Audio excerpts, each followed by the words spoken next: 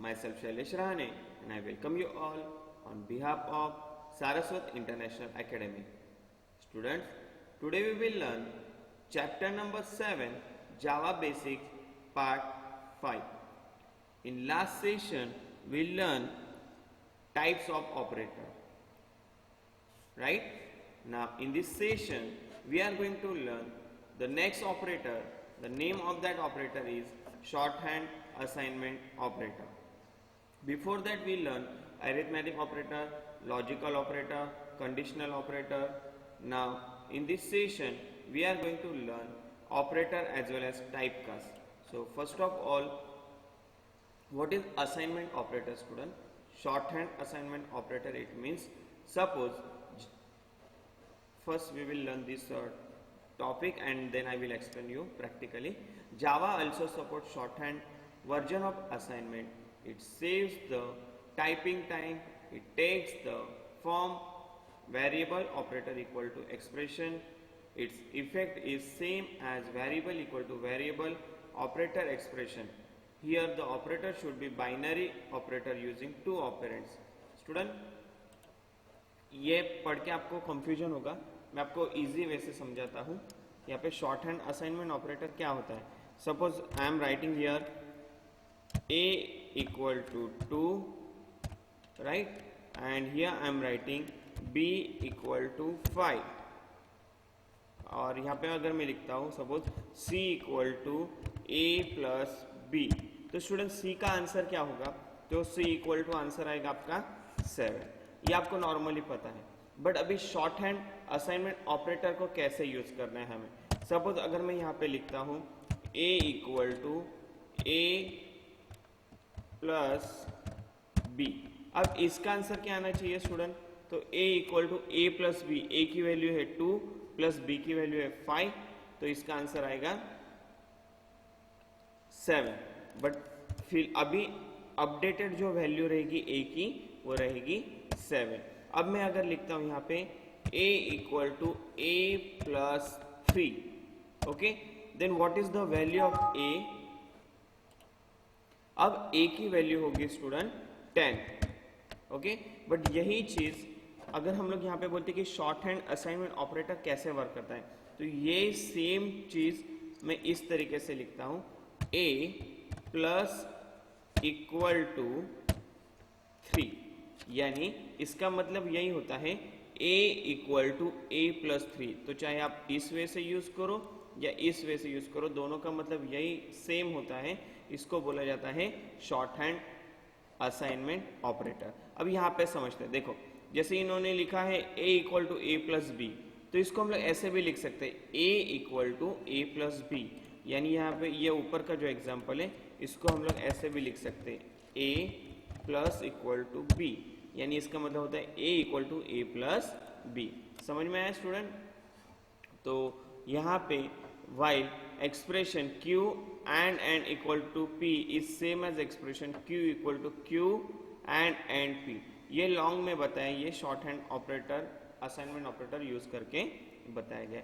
इसको हम लोग प्रैक्टिकली भी देखेंगे कि साइट एडिटर में इसको किस तरीके से यूज करना है. Okay, now our next topic is typecast. Now what is typecast? In some cases we may want to force a conversion that would not be done automatically. ऐसे बहुत सारे कन्वर्जन होते हैं, वो मतलब मान लो कि फ्लोट से अगर हम लोग को इंटीजर में कन्वर्ट करना है, या डेसिमल डबल को हम लोग को इंटीजर में कन्वर्ट करना है, फ्लोट को डबल में कन्वर्ट करना है, तो ये कभी कभी कन्वर्जन होने में पॉसिबल नहीं होता. तो उस वक्त for this we can use what is called typecast, और उस वक्त हम लोग ये टाइपकास्ट का यूज करते हैं.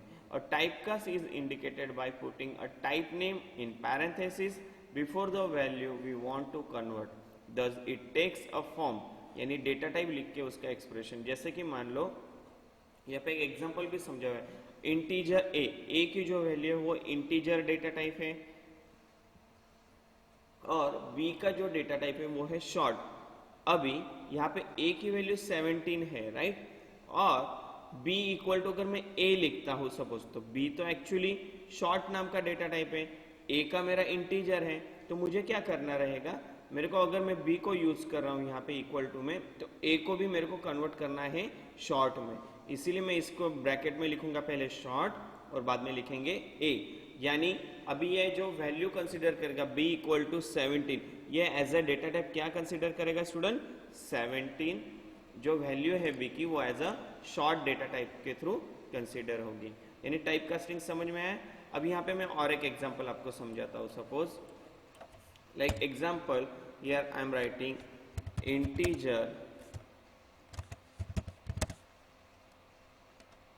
a equal to 20.5। अभी इंटीजर 20.5 लिखा है तो मेरे को यहाँ पे लिखना रहेगा फ्लोट, ओके। और यहाँ पे मैं लिखता हूँ इंटीजर b, ओके स्टूडेंट। अभी सपोज अगर मेरे को b की वैल्यू फ्लोट में करनी है या a की वैल्यू मेरे को डेसिमल में करनी है, तो ये कैसे पॉसिबल है? तो यहाँ पे अगर मेरे को b का आंसर होना चाहिए तो मैं यहाँ पे लिखूंगा b इक्वल टू ब्रैकेट में लिखेंगे इंट और यहाँ पे लिखेंगे a, यानी इसकी वैल्यू स्टूडेंट क्या आएगी? आंसर आएगा इसका b इक्वल टू 21, बिकॉज यहाँ पे हम लोग ने इंटीजर लिखा है इसीलिए। समझ में आया स्टूडेंट? अब इसी को अगर हम लोग अपोजिट करते हैं, मान लो कि यहाँ पे मैं लिखता हूँ integer a equal to 20, right, और यहाँ पे लिखता हूँ फ्लोट b। अब मेरे को चाहिए b की वैल्यू, तो इसको कैसे करेंगे हम लोग? b equal to float, because ये तो इंटीजर है मेरा a नाम का जो वेरिएबल है वो, तो उसको मेरे को कन्वर्ट करना है फ्लोट डेटा टाइप में। तो यहाँ पे मैं लिखा हूँ फ्लोट और यहाँ पे लिखेंगे a सेमीकोलन। अब मेरी जो b की वैल्यू आएगी स्टूडेंट वो क्या रहेगी? तो 20.0। तो इस वजह से स्टूडेंट ये टाइप कास्टिंग का कन्वर्जन होता है। समझ में आया सबको? ओके, ये आपको नोटबुक में नोट डाउन करना तो नोट डाउन कर लेना, बिकॉज इससे आपको काफी सारे एमसीक्यू सॉल्व होने वाले हैं, आपको इसकी हेल्प होगी एमसीक्यू सॉल्व करने में। Okay student, now next, precedence and associativity of Java operator. Java has well-defined rules for specifying the order in which the operator in an expression are evaluated. When the expression has several operators, the operators are evaluated as per their priority or precedence. Now, precedence order: when two operators are having different priority, then an operator with the higher precedence is operated first. For example, in expression a plus b into c, multiplication is having higher precedence than addition. Student, आपको precedence order जो है वो already पता है, right? जो BODMAS rule हम लोग बोलते हैं, bracket of division, multiplication, addition and subtraction, वो यहाँ पे भी अप्लाई होता है। तो अगर मान लो कि इस तरीके से एक्सप्रेशन होगा a प्लस बी इंटू सी, तो सबसे पहले यहाँ पे क्या होगा स्टूडेंट? तो मल्टीप्लिकेशन होगा, उसके बाद एडिशन होगी, right? So b into c is evaluated first and then the result is added to a. Thus it is as good as writing a plus b into c. But इसी चीज को किस तरीके से लिखना है हमें? तो ये वैसे लिखना है। तो ये प्रॉपर, इसको परफेक्शन और प्रॉपर एक्सप्रेशन बोला जाता है, राइट? तो precedence rules can be overridden by explicit parenthesis. So instead of creating confusion, use parenthesis freely. अगर इस तरीके से कंफ्यूजन होने के बदले अगर हम लोग पैरेंथेसिस यूज करते हैं, ब्रैकेट यूज करते हैं, तो ये इजीली वर्क भी होगा, इजीली समझ में भी आएगा। ओके स्टूडेंट, अब बात करते हैं नेक्स्ट पॉइंट की, जो है associativity. Now what is associativity? When two operators with the same precedence appears in the expression is evaluated according to its associativity. Associativity determines the direction left to right or right to left in which operations are performed. In most of cases, associativity is from left to right. Mostly ज़्यादातर case में जो associativity है वो left से right में ही work करती है। तो for unary operation and assignment it is from right to left. अब यहाँ पे हम लोग समझते हैं तो हम लोग को ये इजी भी लगेगा और समझ में भी आएगा। जैसे कि यूनरी ऑपरेशन है, plus plus, minus minus, not, unary minus, and plus और टाइप कास्ट, तो ये राइट टू लेफ्ट वर्किंग होता है। अब राइट टू लेफ्ट वर्किंग कैसे करना है इसको?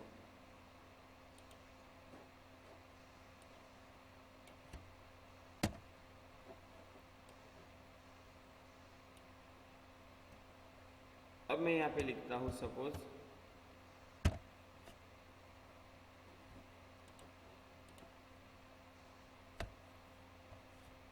प्लस प्लस ए, ओके, और यहाँ पे इसकी वैल्यू है a इक्वल टू 20।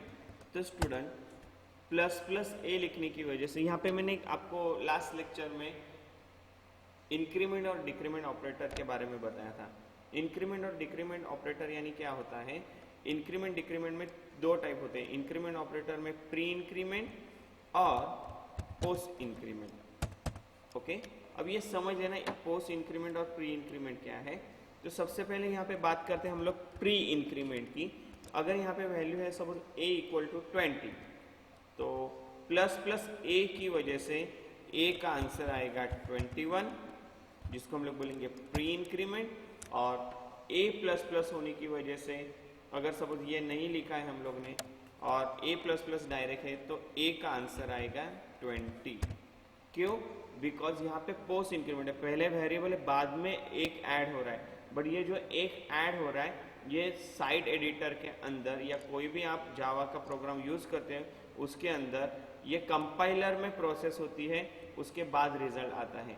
तो ये स्टार्टिंग में जो a प्लस प्लस लिखा है इसका वैल्यू कंपाइलर एज अ 20 बताएगा। जब रन टाइम करोगे तब इसकी वैल्यू 1 से बढ़ेगी बाद में, इसीलिए इसको बोला जाता है पोस्ट इंक्रीमेंट। ओके स्टूडेंट, उसी तरीके से अगर मैं यहाँ पे लिखता हूँ b इक्वल टू 15 और यहाँ पे लिखता हूँ माइनस माइनस b और b minus minus, student answer क्या आएगा b का? पहले अगर b माइनस माइनस b है तो b का आंसर आएगा 14 और b माइनस माइनस है तो b का आंसर रहेगा 15। ओके, अभी कोई कंफ्यूजन है आपको? क्लियर हुआ? नाउ नेक्स्ट टॉपिक, यहाँ पे स्टूडेंट उसी तरीके से ऑपरेशन दिए है। मल्टीप्लिकेशन डिवीजन मॉड्यूल होगा तो multiply, question mark, modulus, left to right conversion होगा, एडिशन और सब्ट्रैक्शन होगा तो लेफ्ट टू राइट। अब लेफ्ट टू राइट कन्वर्जन ये कैसे होता है ये भी आपको मैं समझाता हूँ यहाँ पे, तो आपको कंफ्यूजन नहीं रहेगा। अब मैं यहाँ पे लिखता हूँ a plus b, okay, a equal to 5, b equal to 10। तो यहाँ पे मैं लिखता हूँ c equal to a plus b. अब स्टूडेंट ये स्क्रीन पे लेफ्ट जो है वो ये साइड है और राइट जो है ये साइड है। तो अभी यहाँ पे मैंने बोला है कि प्लस और माइनस, एडिशन और सब्ट्रैक्शन जो है लेफ्ट टू राइट, यानी पहले a की वैल्यू आएगी, लेफ्ट में आज a है पहले, तो 5 प्लस राइट साइड है 10 तो 10, 5 प्लस 10 तो c का आंसर आएगा 15। तो ये लेफ्ट टू राइट कन्वर्जन है। उसी तरीके से अगर हम लोग रिलेशनल ऑपरेटर यूज करते हैं, मान लो यहाँ पे a लेस देन b, तो ये भी लेफ्ट टू राइट कन्वर्जन हो गया, राइट। ये लेफ्ट बाजू है, ये राइट बाजू है। उसी तरीके से स्टूडेंट रिलेशनल ऑपरेटर हो गए, लॉजिकल ऑपरेटर हो गया, कंडीशनल ऑपरेटर, हाँ conditional operator right to left, इसमें उल्टा है। अब conditional operator right to left कैसे वर्क करेगा, या assignment operator right to left कैसे वर्क करेगा ये समझते हैं। सपोज मान लो यहाँ पे मैं एक वैल्यू लिखता हूँ a equal to 5, b equal to 10, और सबसे पहले हम लोग बात करते हैं कंडीशनल ऑपरेटर की, c इक्वल टू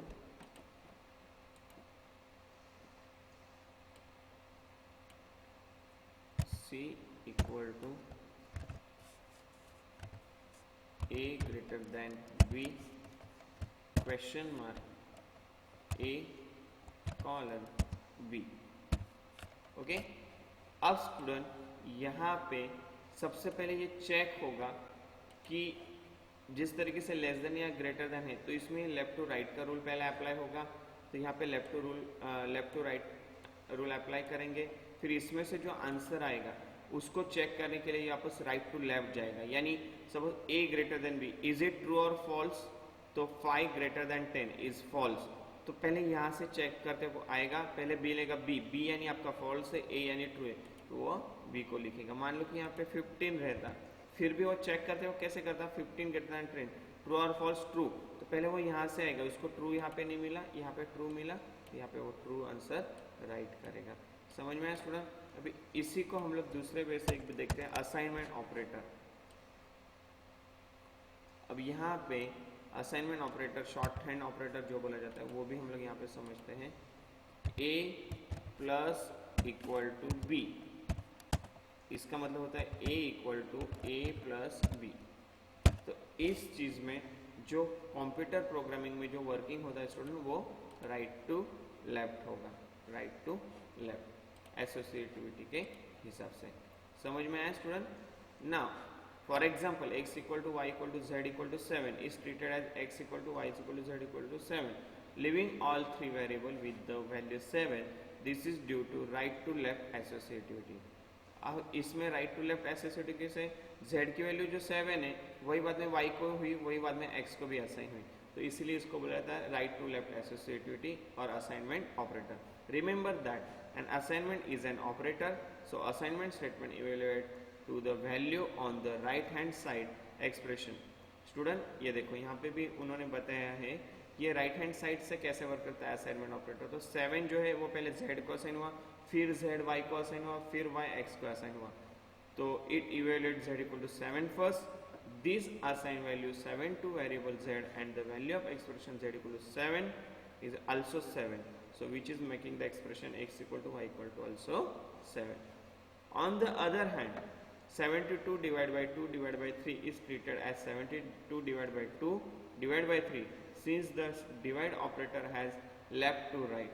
अब यहाँ पे पहले ये वर्किंग होगा फिर ये वर्किंग होगा, तो इसको लेफ्ट टू राइट एसोसिएटिविटी बोलेंगे हम लोग। Okay, so it is to be noted that there is no explicit operator precedence table in the Java language. Specification and different table on the web and its textbook disagree in some minor ways. तो student इस तरीके से ये associativity operator में use करना है हम लोग को, इसका ये याद रखना है कि ये किस तरीके से वर्क करेगा। इसके ऊपर बोर्ड में MCQ पूछे जाते हैं। Still, if you have any doubt, you can ask me on my WhatsApp number. Today we will stop here. In next lecture, we will start the topic that is control structure. In that, we are going to learn loops, which you already learn in 11th standard. While loop, do while loop, for loop. Okay. Thank you, students. Have a good day.